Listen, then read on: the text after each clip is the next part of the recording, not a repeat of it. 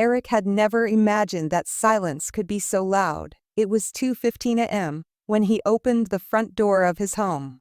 After a grueling 18-hour shift in the trauma unit, all he wanted was to surprise Samantha. He held a bouquet of lilies, her favorite, and a box of decadent tiramisu, the dessert they had shared on the day they first met 4 years ago. The house was unusually still. As Eric stepped inside, he noticed something strange. Samantha hadn't left a light on for him like she usually did when he came home late.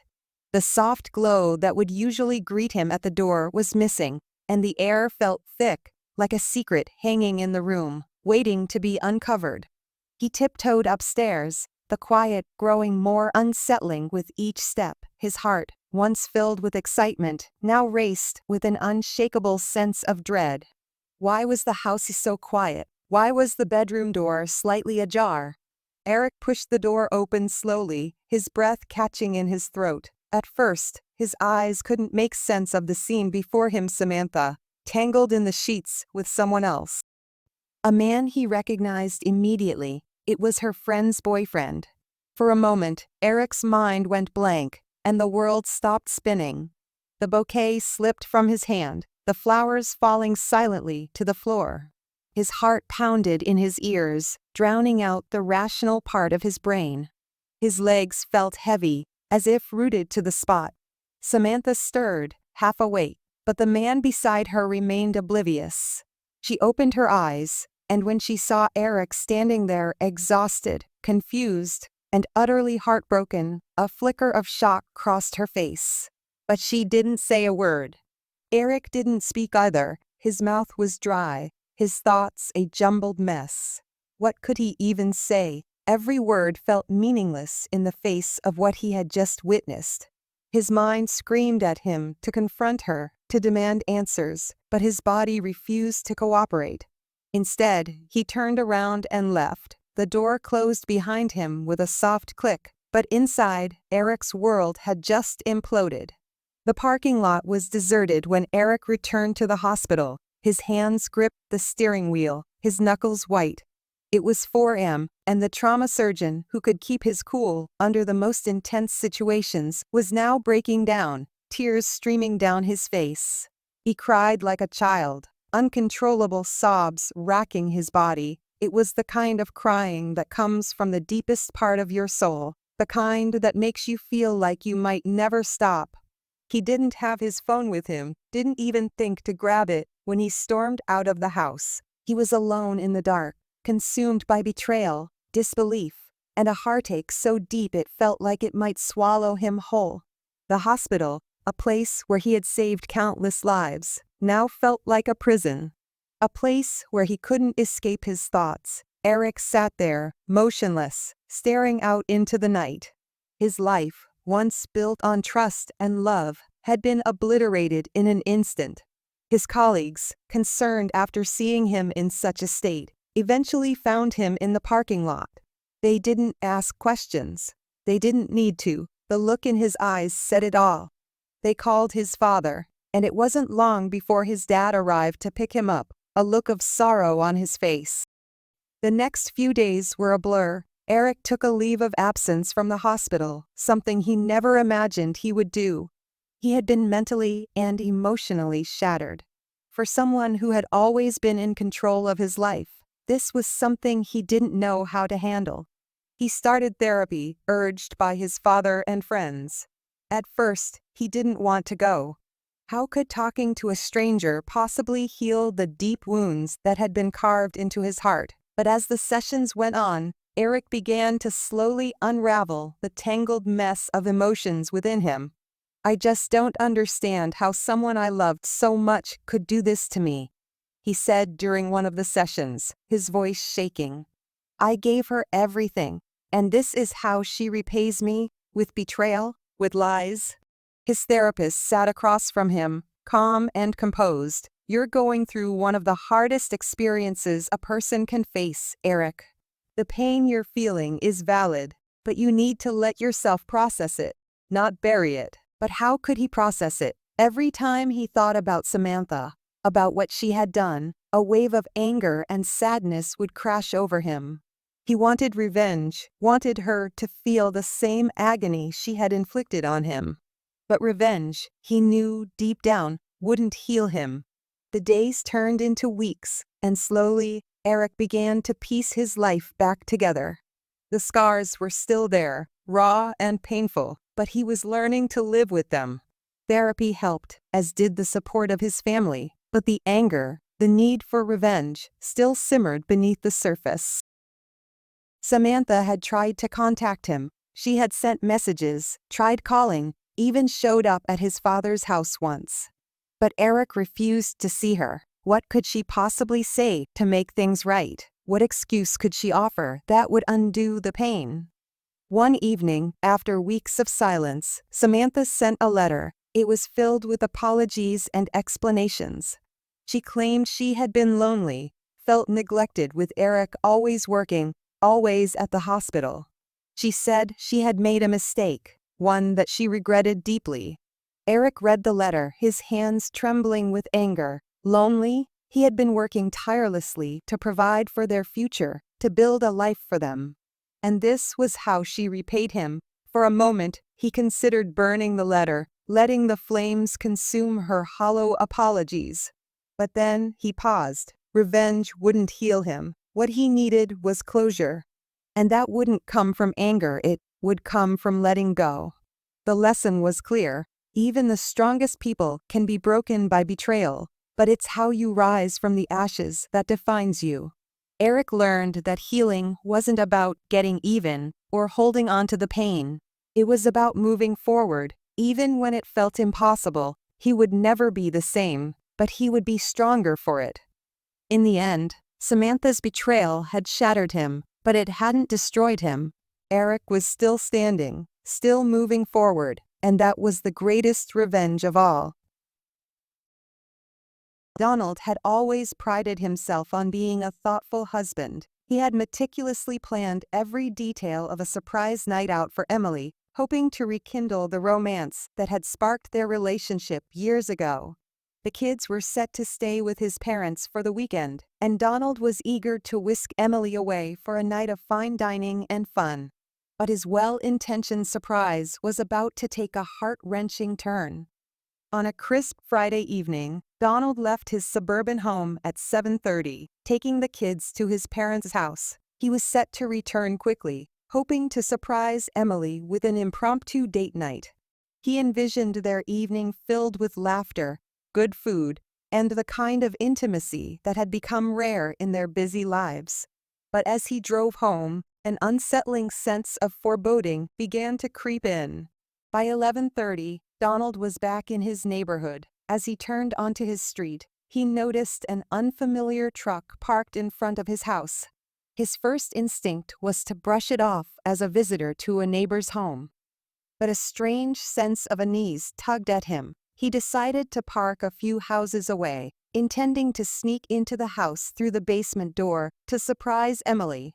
As he quietly entered through the basement, he heard sounds from the floor above. At first, he thought Emily might be enjoying some alone time, but then he heard a man's voice. The realization hit him like a ton of bricks. His heart pounded violently as he crept up the stairs, determined to uncover the truth. Donald moved cautiously, his breath shallow with anxiety. When he reached the kitchen, he noticed the door to the living room was slightly ajar. The sounds from the other room grew louder, unmistakably indicating that Emily was not alone. He pulled out his phone, deciding to document what he was about to witness. He positioned his phone discreetly around the corner of the wall, aiming the camera towards the living room. The sight that greeted him through his phone screen was a visceral blow. Emily was with a man Donald had never seen before. The scene was one of betrayal that he could hardly believe. He stood frozen, his mind struggling to process the sight of his wife in such an intimate moment with another man. The video recorded everything: their actions, their whispered comments about time, and the connection between them that was both painful and humiliating. Emily and her lover eventually moved upstairs, their conversation about heading to the bedroom echoing in Donald's ears.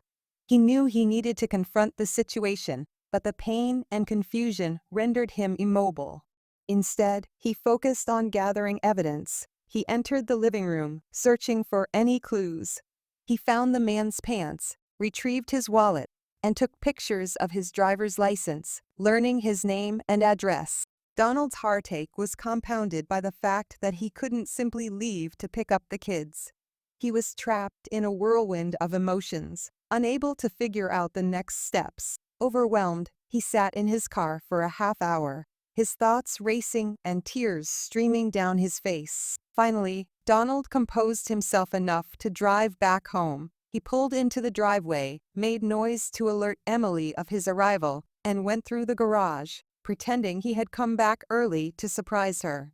As he entered the house, Emily appeared flustered, but quickly regained her composure. She wore a robe and mentioned she had been preparing for a bath. Her excitement about the surprise date night seemed genuine, but Donald was numb. Emily poured them both glasses of wine and suggested they enjoy a pregame before getting ready. Donald, consumed by the betrayal and his own pain, barely spoke. He noticed, out of the corner of his eye, the man sneaking downstairs and heading toward the basement. Donald's heart sank further as he realized the man was escaping the scene, but he remained passive, not wanting to reveal his knowledge. The evening unfolded in a haze of emotional numbness. Emily continued with the night, as if nothing was amiss, her actions marked by a disquieting normalcy. Donald, unable to confront her or the situation directly, let the night pass in a fog of forced pretense. Since that fateful night, Donald had been trapped in a cycle of torment. The video he had recorded became his constant companion, a painful reminder of the betrayal that had shattered his trust. He replayed it repeatedly, each viewing deepening his anguish. The intimate moments he had once shared with Emily were now tainted by the knowledge of her infidelity. Emily sensed something was wrong. She noticed Donald's withdrawal and the dark circles under his eyes. She asked him repeatedly if he was okay, but Donald could not bring himself to reveal the truth. The pain was too raw, and the weight of the betrayal too heavy to confront directly. Donald's life became a daily struggle. He went through the motions of his routines, his mind haunted by the betrayal he had witnessed. His work suffered, his interactions with Emily were strained, and he found solace only in the painful familiarity of the video. Each time he watched it, he felt a mix of anger, sadness, and confusion. The turning point came when Donald reached out to a close friend, someone who had been a pillar of support during his darkest times. Through their conversations, Donald began to explore his feelings and the options available to him. He realized that staying in the marriage while carrying the weight of the betrayal was slowly destroying him. With his friend's encouragement, Donald sought professional help. Therapy sessions helped him untangle the emotional knots and start to process the betrayal. He faced the painful decision of whether to confront Emily with the evidence or to find a way to move forward without her. In the end, Donald chose to confront Emily. The conversation was excruciating. Emily, confronted with the irrefutable evidence, broke down. The confrontation led to an emotional dialogue filled with tears, apologies, and a deep, painful honesty that had been missing from their relationship. As they navigated the aftermath, Donald and Emily faced the reality of their fractured relationship. The road to healing was long and fraught with challenges. They both sought counseling, individually and as a couple, to address the deep wounds and to work towards understanding what led to the betrayal. Donald's journey was one of reclaiming his self-worth and finding a path forward. The echoes of betrayal would always linger, but he began to rebuild his life with a newfound clarity and strength. Emily's journey was about making amends and understanding the gravity of her actions. The story of Donald and Emily was one of intense emotion, heartache, and eventual growth. It was a testament to the complexity of human relationships and the resilience required to navigate the shadows of betrayal. Through the turmoil and pain, they each found a way to confront their truths and, in some cases, emerge stronger on the other side. Rain poured down in torrents, drenching the streets and masking the footsteps of a figure moving stealthily through the night. The dim light of a street lamp flickered, casting eerie shadows on the wet pavement. Inside a luxurious but eerily quiet suburban home, Mark sat in the darkened living room, his heart pounding in his chest. His hand trembled as he clutched a crumpled piece of paper, an anonymous note delivered to his office earlier that day. It simply read, "She is meeting him tonight. Follow her." Mark's mind raced with thoughts he didn't want to entertain. His wife, Sarah, had been distant lately, more absorbed in her phone, frequent late nights at work, and a newfound interest in girls' nights out. But he had dismissed his fears as baseless paranoia, until now. The front door creaked open, and Sarah stepped inside, drenched from the rain. She froze when she saw Mark sitting in the dark, his eyes boring into her with an intensity she had never seen before. "Mark, what are you doing up?" she asked, trying to sound casual, but failing miserably as her voice quivered. "Where were you, Sarah?" Mark's voice was low, dangerously calm. "I told you, I was out with the girls," she replied, avoiding his gaze as she removed her wet coat. Mark stood up, his eyes never leaving hers. "Stop lying to me," he hissed, throwing the crumpled note at her feet. "Who is he?" Sarah's face went pale. She opened her mouth to speak, but no words came out. Instead, tears welled up in her eyes, and she sank to the floor, the weight of her guilt crushing her. "I didn't mean for it to happen, Mark," she finally whispered. "It was a mistake. I'm so sorry." Mark's world shattered. The woman he had loved and trusted more than anything had betrayed him. He wanted to scream, to lash out, but all he could do was stare at her in disbelief, his heart breaking into pieces. The story flashes back to the beginning of their relationship, how they met in college, fell madly in love, and built a life together. Mark remembers their wedding day, the way Sarah looked at him with so much love in her eyes. He remembers the promises they made to each other, the dreams they shared. But those memories are now tainted by the reality of her betrayal. Sarah sobs uncontrollably, confessing everything. She tells Mark how she felt neglected, how she thought he no longer loved her, how she sought comfort in the arms of another man. But as the words spill out, it becomes clear that Sarah herself is broken, consumed by guilt, regret, and the realization that she has destroyed the very thing she cherished most. Mark is torn between his love for Sarah and the pain of her betrayal. He wants to forgive her, to hold her and tell her everything will be okay, but the wound is too deep. The trust they once had is gone, and he doesn't know if it can ever be repaired. In the final moments, Mark makes a heartbreaking decision. He tells Sarah that he needs time to think, to heal, and that she should leave. The words cut through the silence like a knife, leaving both of them devastated. As Sarah packs her things, Mark watches, tears streaming down his face. He wants to stop her, to take it all back, but he knows that things can never go back to the way they were. As the door closes behind her, Mark collapses onto the floor, sobbing uncontrollably. The love of his life is gone, and he is left alone, drowning in his sorrow. The rain continues to fall outside, echoing the tears that stream down Mark's face. He sits in the darkness, haunted by memories of what once was, and the painful reality of what now is. Today's story teaches that it is possible to heal, find love again, and emerge stronger. Even in deep pain, we have the power to rebuild and find a brighter future.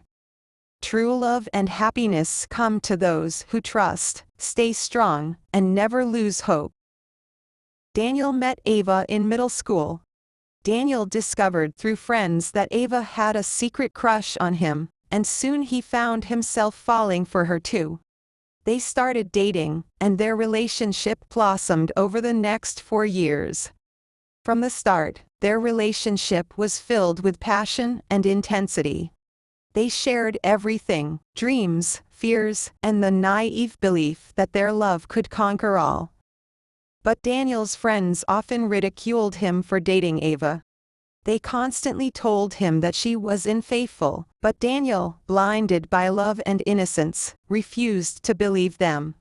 He trusted Ava implicitly, convinced that their bond was unbreakable. Their first major test came during their senior year of high school.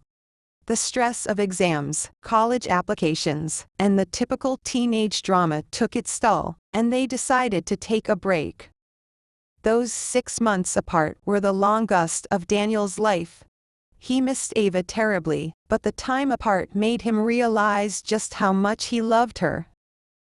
When they got back together, they promised each other that nothing would come between them again. They resumed dating, and their love seemed stronger than ever. They spent another 4 years together, 2 years after Ava had graduated. Daniel was deeply in love and saw Ava as his future wife and the mother of his children. He dreamed of a life filled with love and happiness. He believed that their love story was one for the ages, one that would withstand the test of time.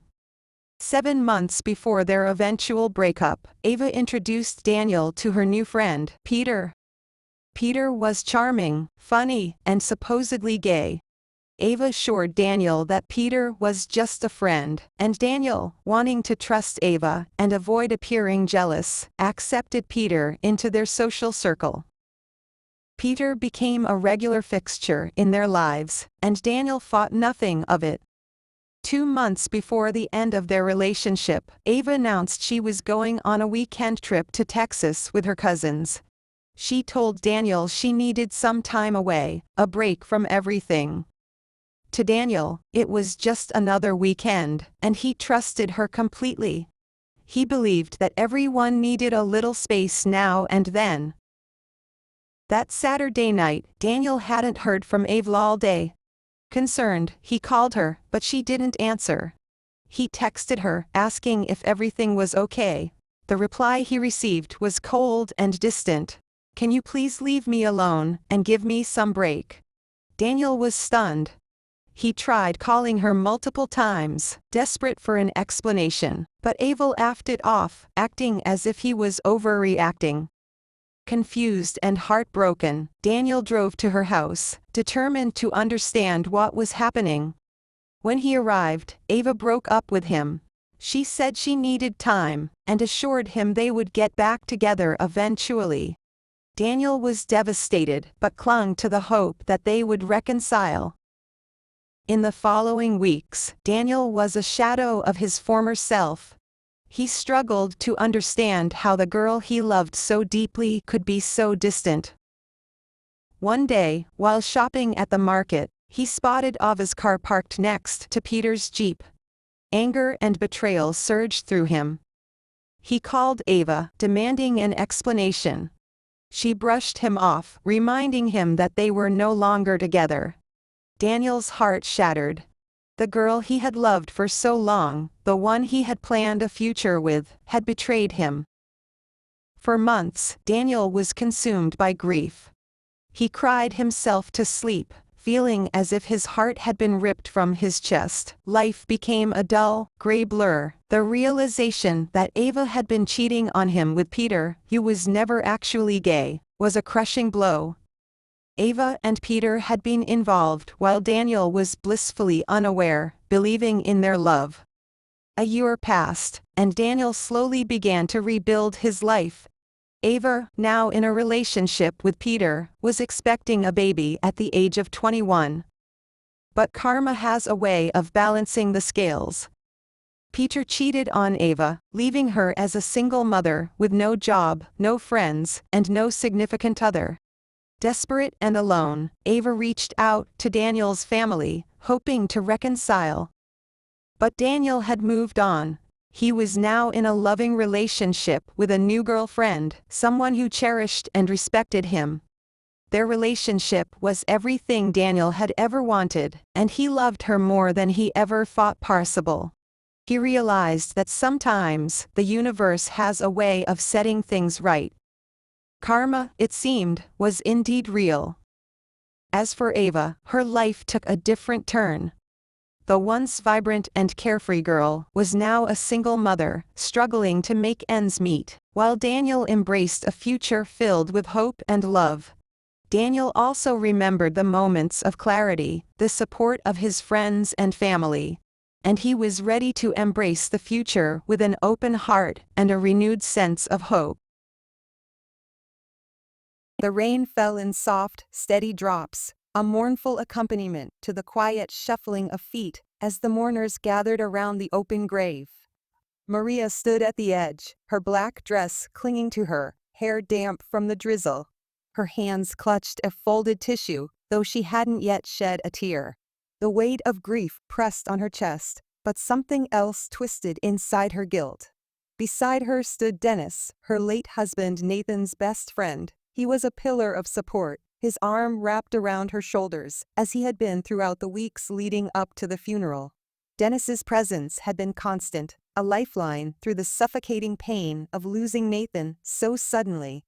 His voice, always steady, had become her anchor in the storm of grief. But today, the weight of his arm around her felt heavier than ever. The priest's words blurred in her ears, a soft hum drowned by the pounding of her heart. The coffin lowered into the ground, disappearing beneath layers of dirt. With each inch it descended, Maria's mind pulled her further away from the present, back to a night that had changed everything. 6 months ago, Nathan had been out of town for work, as he often was. His job required long hours and frequent travel, and Maria had grown used to the lonely evenings, filling the quiet with mindless television or dinner with friends. That particular night, though, she had invited Dennis over for dinner. They had always been close. He was Nathan's best friend, after all, and in Nathan's absence, his companionship brought her a sense of comfort. The evening had started innocently enough, with pasta and a bottle of wine. They laughed about old stories of Nathan, how he had been late to his own wedding, and the way he fumbled through social events. But as the night grew late, the laughter faded, replaced by something heavier. "You deserve more, Maria," Dennis had said softly, his hand brushing hers as they sat on the couch. "He's never around. You're alone all the time." Maria had opened her mouth to protest, to defend Nathan, but the words caught in her throat. Dennis was right, wasn't he? She was alone, more often than not. And in that moment, under the dim light of her living room, she had felt a spark of something dangerous, something she hadn't expected. "I'm not alone," she'd whispered, her voice wavering. Dennis had leaned in then, his hand moving to her cheek. "You don't have to be, Maria. You're not alone when I'm here." The kiss that followed had been hesitant at first, both of them knowing it was wrong, but neither pulling away. It had felt like stepping off the edge of a cliff, knowing there was no going back, but not caring in the moment. One kiss became two, and soon they were lost to it, wrapped in each other's arms. Back at the funeral, the sound of shovels hitting dirt snapped Maria back to the presence. Her breath hitched as she realized how tightly she had been gripping Dennis's arm. She quickly let go, glancing around, wondering if anyone had noticed. But the mourners were lost in their own sorrow, eyes downcast, voices hushed. Dennis turned to her, his expression unreadable. He had been different these past few days, quieter, more distant. Maria wondered if he was feeling the same crushing weight she was, the same guilt that gnawed at her every time she looked at Nathan's photograph.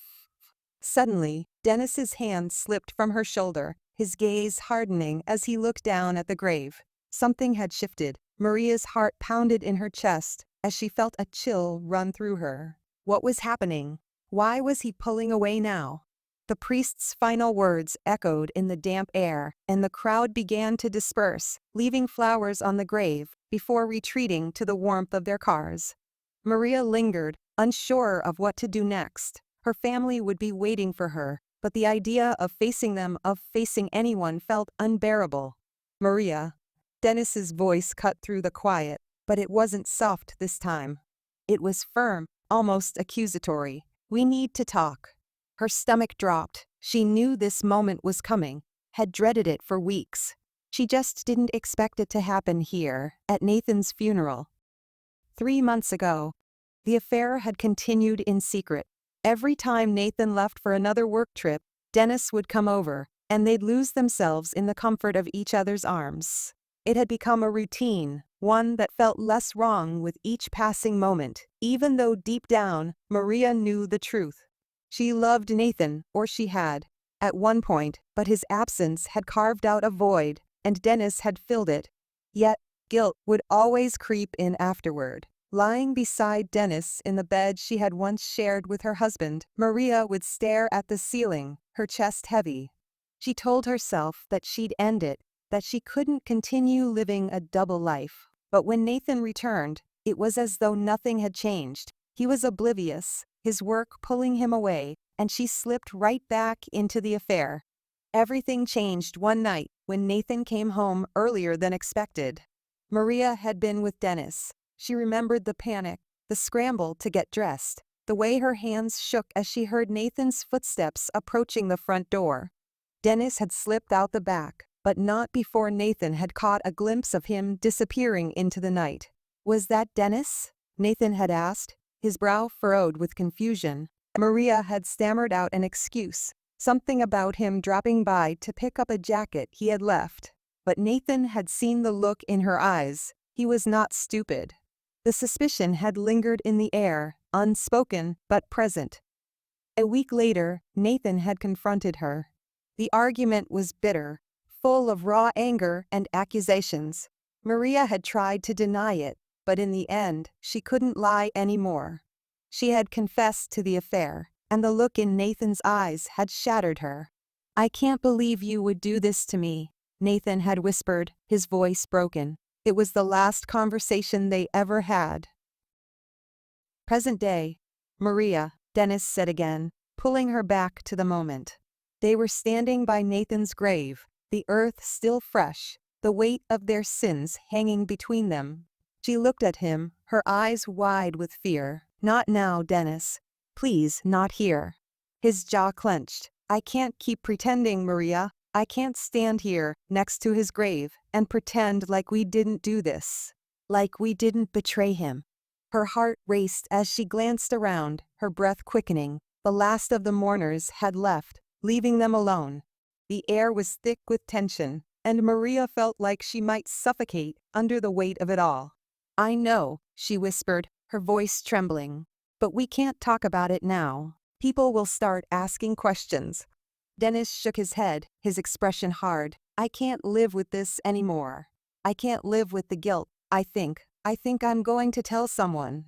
Panic surged through Maria. "Tell someone?" "Dennis, no. You can't. It's too late for that." "It's not too late," he said, his voice cracking. "I need to clear my conscience. I need to make this right." Maria's mind spun. If Dennis confessed, if the truth came out, it would destroy everything. Her reputation, her life, everything she had left after Nathan's death. She stepped forward, grabbing his arm, her grip tight. "Dennis," she hissed, her voice low and desperate. "You can't say anything. You promised." We both agreed. Dennis stared at her, his eyes filled with turmoil. "I can't live like this anymore, Maria. I'm sorry." For a long moment, neither of them spoke. The only sound was the distant rustling of leaves in the wind, the graveyard eerily silent. Maria felt her heart pounding in her chest, fear and desperation clawing at her. Then, she made a decision. One final decision that would change everything. The next day, Dennis was found dead in his apartment, an empty bottle of sleeping pills on the nightstand beside him. There were no notes, no signs of foul play, just a man crushed under the weight of his own guilt. And Maria, she stood alone, staring at Dennis's grave, the cold wind biting at her skin. She had buried more than just her husband. She had buried her secrets, buried her guilt, and with it, any chance of redemption.